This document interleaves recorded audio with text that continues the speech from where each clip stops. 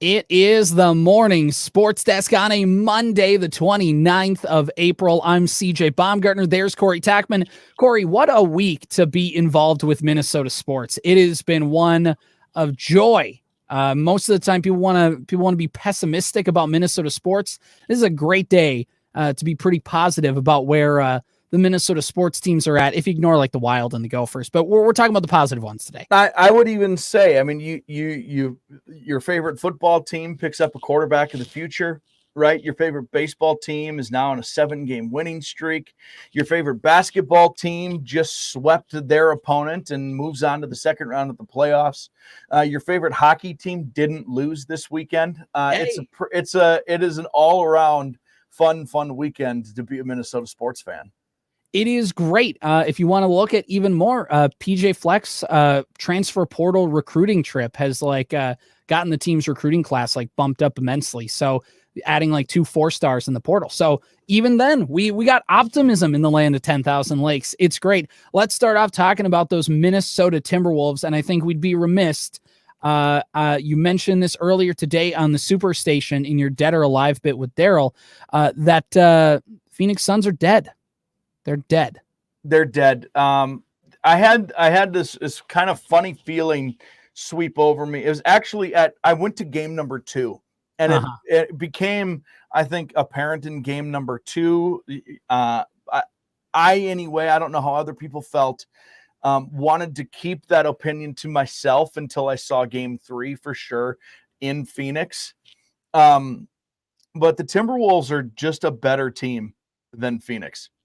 They're like through and through. The high end caliber of player for the Phoenix Suns is better, right? Yeah. Devin Booker is a more polished A-lister than Anthony Edwards is.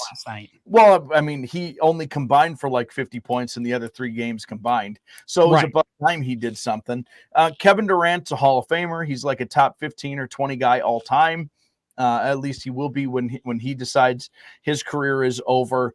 I couldn't believe that when you individually, they have 2 of the best individuals in the entire league. Yeah.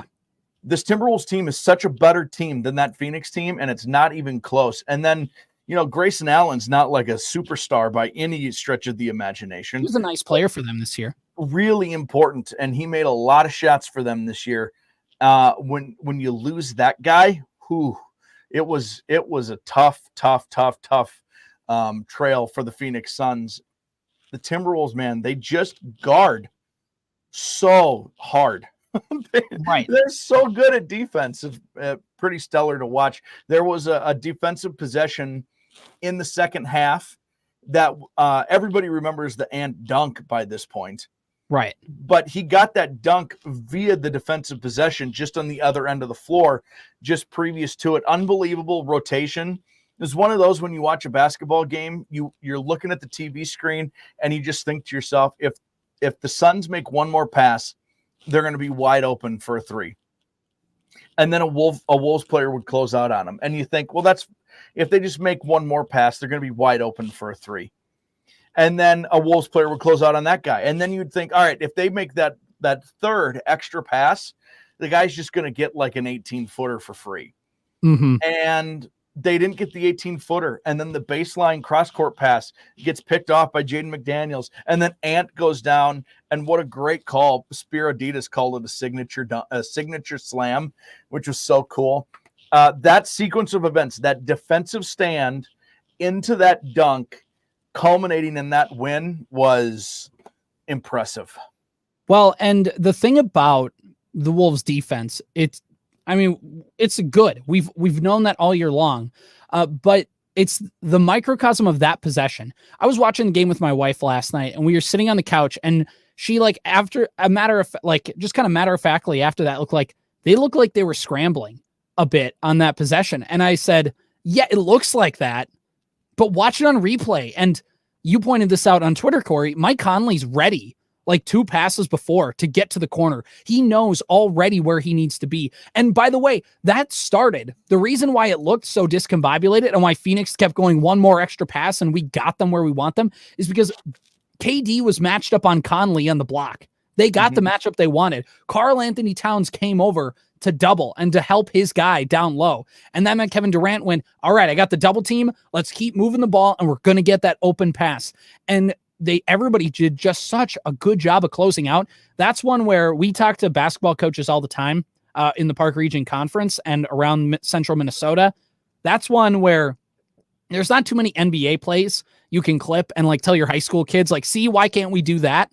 But that is one where everybody, like, I just picture Randy Muscadis for Henning, like finding that clip and showing his guys in November, like, this is what we want to do. Like, look at how they all were going around and helping each other. It's fun. It's hard to relate to NBA basketball because they're so good. They're so big. They're so fast. They're so strong. They're so talented. But you can always relate to hustling and getting to the right spot and playing smart basketball. And like you talked about, it led to points on the other end of the floor.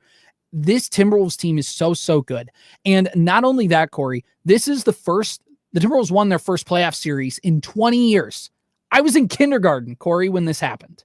Now, they've not only won their first playoff series in 20 years, they've not only gotten their first 4-game sweep in franchise history. This is the first 4-game sweep in a playoff series of any Minnesota sports franchise ever. Ever. And it's the Minnesota Timberwolves. Yeah, it's very funny. I had a conversation with someone earlier this morning about this too, about how like everyone, when we talk about the Timberwolves, and this conversation has been all year long. Right. But Minnesota sports fans and Timberwolves fans, they always have to disclaimer everything. But there's like a little twinkle in everybody's eye right now talking about the Timberwolves, because there is there, by comparison, to compare and contrast, I guess, we all remember that Vikings team from a couple of years ago that had an unbelievable record and then lost to the Giants in the first round. And no one was really taken, like, it stung, but no one was like no one was shocked by that outcome. I think everybody felt like losing that game was a definite possibility above and beyond Minnesota sports fandom doom and gloom, right? It felt very, and the conversation now, what's so fun about this Timberwolves team is like I said, there's a little twinkle in everybody's eye when they say, like, this team is good. This team is legitimately good. And I don't know that anybody thinks that the Timberwolves will win the title. But I think everyone thinks this Wolves team can win the title. And it is a real belief. It's not a hopeful belief. It's not wishful. It's not like, well, if a few things go our way and then 2 more things beyond that happen, the Timberwolves can win. This is like, if the Timberwolves can just win this, the Timberwolves can just win the whole thing. And it feels legitimate and it feels real. And it doesn't mean they will, but it's real. That is one of the options that exists in this world. That Vikings team was never going to win the Super Bowl, and we all knew it. It's different. It's a totally different conversation, and I really prefer it. Yeah, this prefers the alternative for playoff series, but you see, this has been the culmination. It's why in the NBA things take time. And the players are so young when they come out of the league. Things take time to happen. Anthony Edwards played his first playoff series when he was 20 years old. Like, it took him a little bit of time. There was him and Jaden McDaniels at the podium when the Wolves got eliminated 2 years ago, losing that first round series to Memphis. And Ant talked about how you need to be better and you need to be this. And in the playoffs, you're playing a team 7 times in a row. You can't sneak anything past anybody. You need to make sure that you're just on top of your game. And last year, I know that last year was a mess, but they needed to go play Denver and go get a playoff series. It's why when people go, well, if they're not going to win, they shouldn't even bother making the playoffs. Yeah, yes, they should. You should try and make the playoffs, because the things that you gain, Phoenix got swept. They got embarrassed, but they're going to figure something out about what they need to do to win, and that's going to matter into next year. Like, there are things that just need to happen. And for Anthony Edwards to do what he did this series, he now has passed Kevin Garnett for the most 30-point playoff games all time. He had 40 points yesterday. They swept the Suns. And not only that, Jaden McDaniels had a great series defensively. Karl Anthony Towns had a great series, and there was a great interaction with Ant and Cat at the podium post-game where they asked Cat what took him to do so well, and Ant cut him off. And it's like, when he doesn't foul, he's the best player on the court. And then everybody laughs. He's like, I tell him, stop effing fouling. That's what he verbatim. Well, and he made a great point too. You've noticed we make all our runs and pushes in the third quarter because he's on the floor in the third quarter. And he's absolutely right. And you are right. Patience is absolutely a virtue in all means and forms of life. And also when it comes to young sports talent, and making the playoffs is important for teams and players like that who have a place to grow. But also what's important here, and it's the thing we've talked about with Ant for such a long time, is that the best players, the superstar players, the A1 from day one players, right? You need to be patient with them, but they push the needle farther, faster. So Ant was incredible in game 1. He was incredible in game 4 offensively. He made great plays in games 2 and 3. Playmaking plays. He didn't necessarily score as well in those games. He defended his tail off all 4 of those games. I don't have enough good words to say about the Timberwolves defense. But what's important here is you have to be patient and then also recognize that Anthony Edwards is a superstar and he is moving the needle faster than our patience will allow, which is right. It's why everybody loves Luka Doncic, because Luka is just like, I'm ready for this now. And you think it's only from step A to B, but I'm going from A to C. And then I'm going from C to F. And then, you know what I mean? And Ant is doing some of those things right now. Also, though, you go back to this full team, Jaden McDaniels was unbelievable in game 2. And Mike Conley has been really, really important. And Nickeil Alexander-Walker had an unbelievable game 3. Offensively speaking, Anthony Edwards is the superstar, but kind of like a full team throttling of the Phoenix Suns. This team, and here's why the Timberwolves won this series against the Suns. One, first up, prayers up for Finch. My goodness. Patellar tendon just shredded that thing, which also needs to be a conversation of why fans are so close on NBA courts, because Finch had nowhere to run. Well, if it wasn't fans, it would have been the bench there. He was hosed. He was hosed. But either way, the reason why the Timberwolves won this series against the Suns, coaching is important. Obviously, Finch outcoached Vogel, circles around him.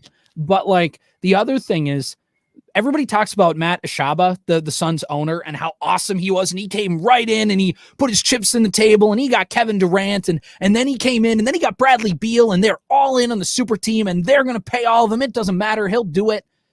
It's really easy for an owner to come in and be splashy. I'm sorry. You know what? It really is hard.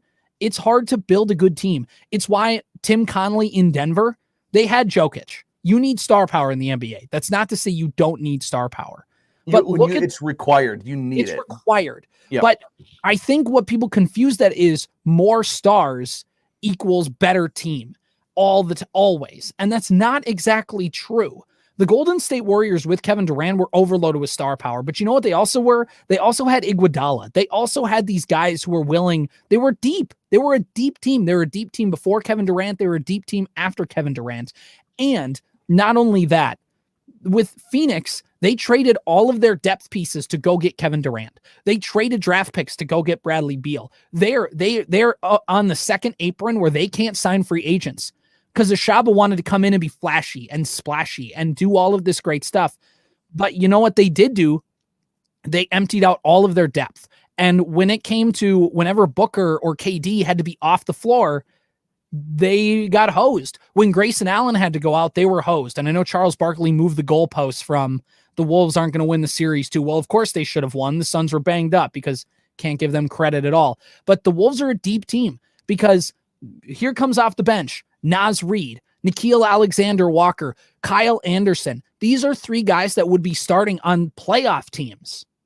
And they're coming off the bench. And that's not even to mention Markieff Morris, who's had some, hasn't played a ton of minutes in the series, but is a 3-and-D guy off the bench. This is the deepest Wolves team we've ever seen. And that's why they have a chance to win. It's not just Anthony Edwards is a star. Don't get me wrong. He's elevated himself. Karl Anthony Towns had, nobody will admit it in the national media. He had a great playoff series. Rudy Gobert, everybody said he was going to get played off the floor. He didn't. But you know what? They won because they were deeper than Phoenix. They were deeper than the Suns. And it's why that series, look at Denver, who won last year. They had Jokic, but they're a deep team. Look at Milwaukee a couple years ago. They had Giannis, but they were a deep team. You look at, these teams that win have star power, but they're deep. And that's why this Wolves team is scary, not just because of Anthony Edwards rising to superstar level, but because you have Naz Reid, Nikhil Alexander-Walker, Kyle Anderson all coming off the bench to help out this team. It's probably whatever is the opposite of an indictment on the entire league. That I think probably even 10 years ago, having, right, they call them the big 3, right? That's what you call it. That's the term for it. Having a big 3 was enough to win you a championship. With the obvious example in the other direction of when LeBron and the Cavs came back to be Golden State. Like there was 2. Kyrie was on that team, but they didn't have a big 3 on that team. Anyway, how dare you disrespect Kevin Love? Kevin Love was fine. If you want to call him, he was their 3rd best player. That is for sure. It's a big 3 in air quotes. But the league is just super deep also. So if you're only going to have a big 3 and can't afford to pay anybody else, you have to understand that's especially in come playoff time, everyone else is going to have players because the league is really deep. And is probably a starting point guard for Charlotte or for San Antonio or even for some playoff teams, I think. Like that, he's a starting guard in this league, and he's the 8th man or the 7th man on this roster. The Timberwolves are very deep and have a considerably better team, and it was just clear. Right. Well, and even flashback to Gerson Rosas, who obviously for his own actions got himself fired, but he's everybody said, do you want to draft Edwards? Is he worth the draft pick? Is this, he's really raw. Does he care about basketball? Why don't you just take James Wiseman? It looks like he's the more finished product.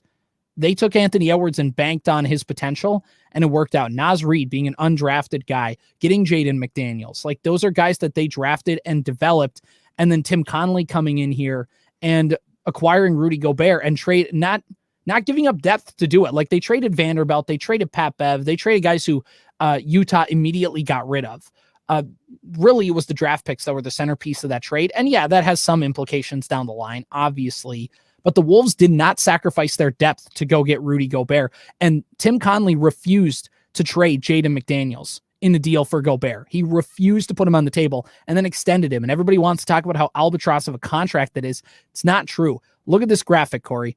Look at this here. If it'll pop up. There we go. Jaden McDaniels is worth keeping around. And Matt, you probably could have kept the 1st round pick if you wouldn't have traded Jaden McDaniels. But he's important to this team. And it's why, why Wolves in 4. So I was in the stadium when Wolves in 4 started to clamor up around Target Center. And it was so cool, man. It was so cool to have, I don't know how many people fit in the Target Center with what is it, 20, less than 25 probably. That's about right. And everybody's just going Wolves in 4, Wolves in 4. And the whole time you're thinking, there's no way, but also they're definitely going to win this series. They're killing Phoenix.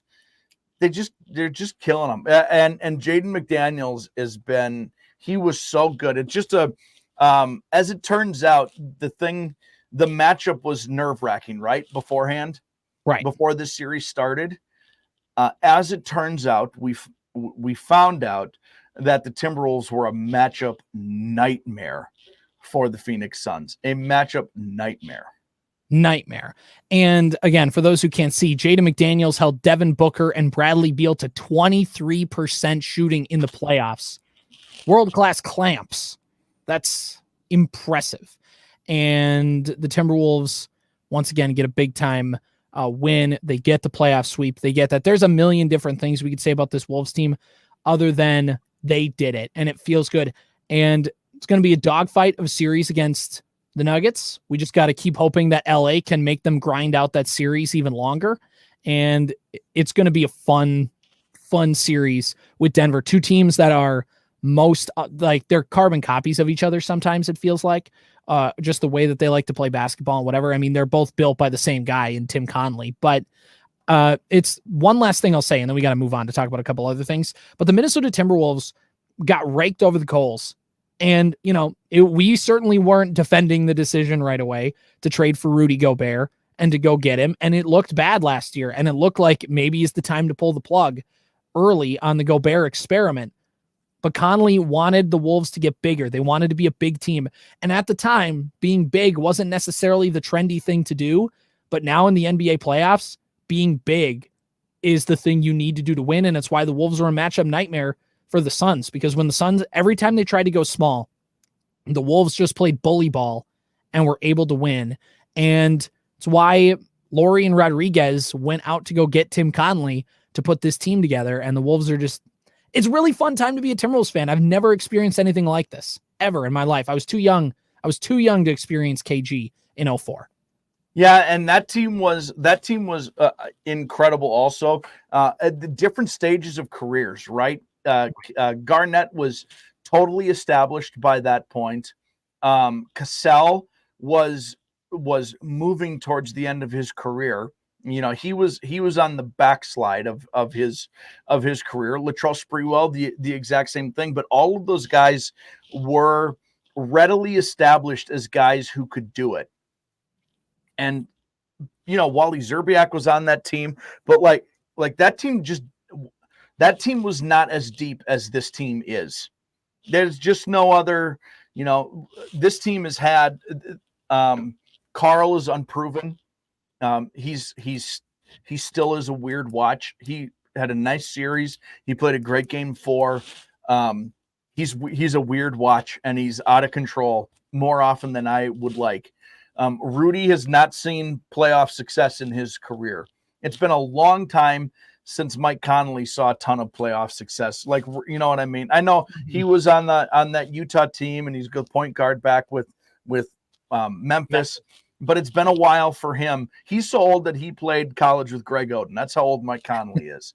But it's a lot of guys who, unlike that 2003, 2004 Timberwolves team, who had guys who just needed to kind of cement their legacy. The difference is this is a team who's building their legacy now, right? Which is exciting. Because the build up to KG making the Western Conference Finals was like, it felt like it took forever, and it was so rewarding. And then in turn disappointing when everybody got hurt. You just felt bad for the guy. And there's like some real optimism, not only about now, but down the line for this Timberwolves team. Yeah, exactly. It feels like when in 2004, like looking back on it, felt like that was their last dance. And even though they didn't quite know it yet, you just kind of felt like that was their best shot. That was the best shot they were ever going to get, because you'd seen them fall short so many times. Maybe this is the Wolves' best shot of the Anthony Edwards era. Maybe it is. Maybe this is their only shot. But it doesn't feel like it. It feels like this is the beginning of what's going to be like a 5-year run where the Timberwolves are going to be not always at the top of the West, but are always going to be relevant in the basketball world, which is really, really fun. The window is open right now, and they're taking advantage of it. It would seem after a first-round playoff victory. Right, and it gives them a full week off. The series at earliest would start on Saturday is the earliest that it would start. The latest it would start would be Monday. So depending on how quickly the Denver Lakers series lasts will depend on if the second round starts on Saturday or Monday. Do they play tonight, or is that game tomorrow? It's a travel day. I think it's tonight, but yeah, that's right. It's travel because they play that extra game. So it goes back to it's 2-2, 1-1-1 for how the NBA playoffs do their thing. I'm looking that up right now. I think it must be tomorrow. It's today. Wow. Quick 9 o'clock tip-off. Okay. Also, by the way, Oklahoma City looking to sweep the Pelicans tonight. And they will. And they will. And they're going to get to play in whether it's Dallas, whether it's LA, the Thunder are going to get a team that just was in a dogfight in the first round series. And they're also with the Wolves going to get the benefit of resting for like a week and getting to heal up. So anyway, all right. Well, we got a couple other things to talk about here in the morning sports desk. Quickly, Corey, Minnesota Twins have won 7 games in a row. And not only that, they've slingshot themselves. They're still in 4th place in the AL Central, by the way. But the Minnesota Twins have won 7 in a row, and they're back to a winning record at 14-13 in the AL Central. Look at that, CJ. 4 teams in the Central above 500. Look at that. And the White Sox got 3 wins this weekend, too. Yeah. So they're red hot. They're the AL Central, man, just like everybody predicted. But that's the thing. Everybody talks about, the Twins, they got 4 wins, but it was against the White Sox. Well, they swept Tampa Bay over the weekend. So the White Sox did. So it's not necessarily maybe quite the comparison everybody thought it was going to be. But either way, the Twins have won 7 in a row. They've done it. Their pitching has been, I think, consistently as good as their pitching has been all season. But, when we talked about, like, the pitching's been fine. Can the bats step up? Well, the bats have stepped up. They've scored like 56 runs over their last 7 games, partially because the Angels are just dog water. Like, that Angels series was more depressing to watch than the White Sox series somehow. I think in all of this, Corey, there's one stat that I've clung on to, which is a big reason why the Minnesota Twins won those games. I know it's against the White Sox. I know it's against the Angels. So, like, I'm not trying to say everything is going to be fine and they're never going to lose a game again or they're never going to play poorly again. But the Minnesota Twins lineup run value, according to Fangraphs, they have like a value of how well a team does against a pitch. Because, if you do OPS or you do batting average, like, it depends on your number of at-bats. So it's a way to kind of average it out and a way to kind of make it comparable to other teams. From the beginning of the season to last Sunday, when the Twins lost 2 out of 3 to Detroit, their score against the fastball was a negative 4.6, which was 20th in baseball. They're also 20th in baseball against hitting sliders. They were negative 3.1. The curveball, they were negative 3.6. Not great. That was dead last, by the way, against the curveball. Now against the curveball from... What's league average on those numbers? Just to get a perspective. There is no like league average. I guess I don't know what the league average number is, but they ranked 20th against the fastball, 20th against the slider, and 30th against the curveball. So bottom third of the league in all 3 of those. So, okay, I'm just trying to, I don't mean to totally derail this, but like the best team in the league is what? Like you said, they're -3 or whatever. The best team in the league is +3. It depends on the team, but like against the fastball, like good teams are like +10. Okay. So which is why the Twins now against the fastball, 12.6. They've been the best team in baseball over the last week at hitting fastballs. Yeah. Now, because teams didn't throw the Twins a lot of fastballs, they've been throwing them all junk. And then the White Sox decided to throw them nothing but fastballs. And then the Twins teed off on them. But against the slider, they're first with a 5.5 run value over the last week. Against the curveball, they're 7th with a 1.6 run value. The point is the Twins bats faced some pitching that wasn't good, and they took advantage. Now, it also helped they played in some warm weather games in LA, but overall, it just feels like this lineup is clicking. And not just that, it's like 1 through 9. Like Willie Castro's figured it out. Kyle Farmer's had a good game. Byron Buxton's got out of his funk and has been hitting really well. Carlos Santana's hit 3 home runs in his last 4 games to break out of his funk. So can I extrapolate something out of this and tell me if I'm correct or not?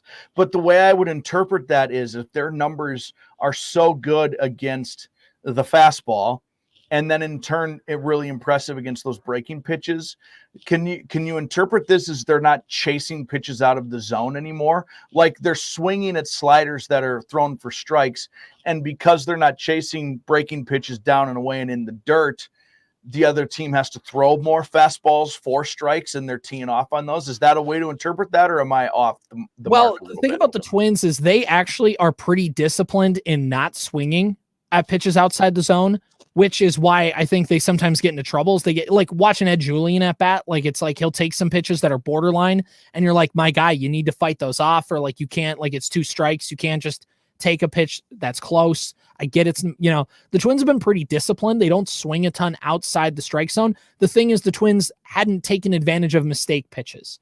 So whenever they did get a mistake, they just never were able, like they'd pop it up or they'd smother it into the ground. So it felt like, or the Twins were not looking for the right pitch. Does that make sense? I think that was the thing with those games. They're pretty disciplined. I mean, obviously things can sway, different at-bats, different players, but generally the Twins are pretty disciplined. It felt like when they got a fastball up the middle, they weren't looking for a fastball up the middle and then they missed their pitch. So this is more of is that up until last Sunday, or from this past Sunday to present, are we willing to say they're more the one than the other, or is this just a progression to the mean? I think this is a progression to the mean, because I think the Twins were top 3 in baseball in home runs last year, top 5 in OPS on base plus slugging, and the Twins they hit like 2 home runs the first 2 weeks of the season. Right now they're top 6 in baseball in home runs now. Like, though, it's just some things of like their offense was bad. They played a lot of cold weather games. It's kind of that regression to the mean. And I think it's just things are clicking. Now things can turn very fast in baseball, as we all know. It's not to say that they're going to be great the rest of the season, but it's to say that it just feels like some things are starting to click. And I love that those are great numbers, by the way. I love those. I'm not well versed in them. So I make a lot of my judgments based on like pretty simple box score type things, right? Which it can be misinterpreted or can be misleading. But one of the things that has always remained true is if you get a lot of hits, you're probably going to score runs, or eventually it's going to start working out for you. They got a lot of hits in their win yesterday. They've gotten a lot of hits and scored a lot of runs. There was a game not that long ago where they hit 3 solo home runs and won the game 4-1. Mm-hmm. Which the Twins will do, and for the last half decade, they've done a lot of that. But I have rung that bell many times that sometimes you just need to whack the ball around the field a little bit and just undermine what the pitching staff is trying to do for the other team, and eventually it's going to work out in your favor. So I like that it's not that they're just scoring runs because they are. It's that they're just smacking the ball all over the place and making life stressful for the other team's defense.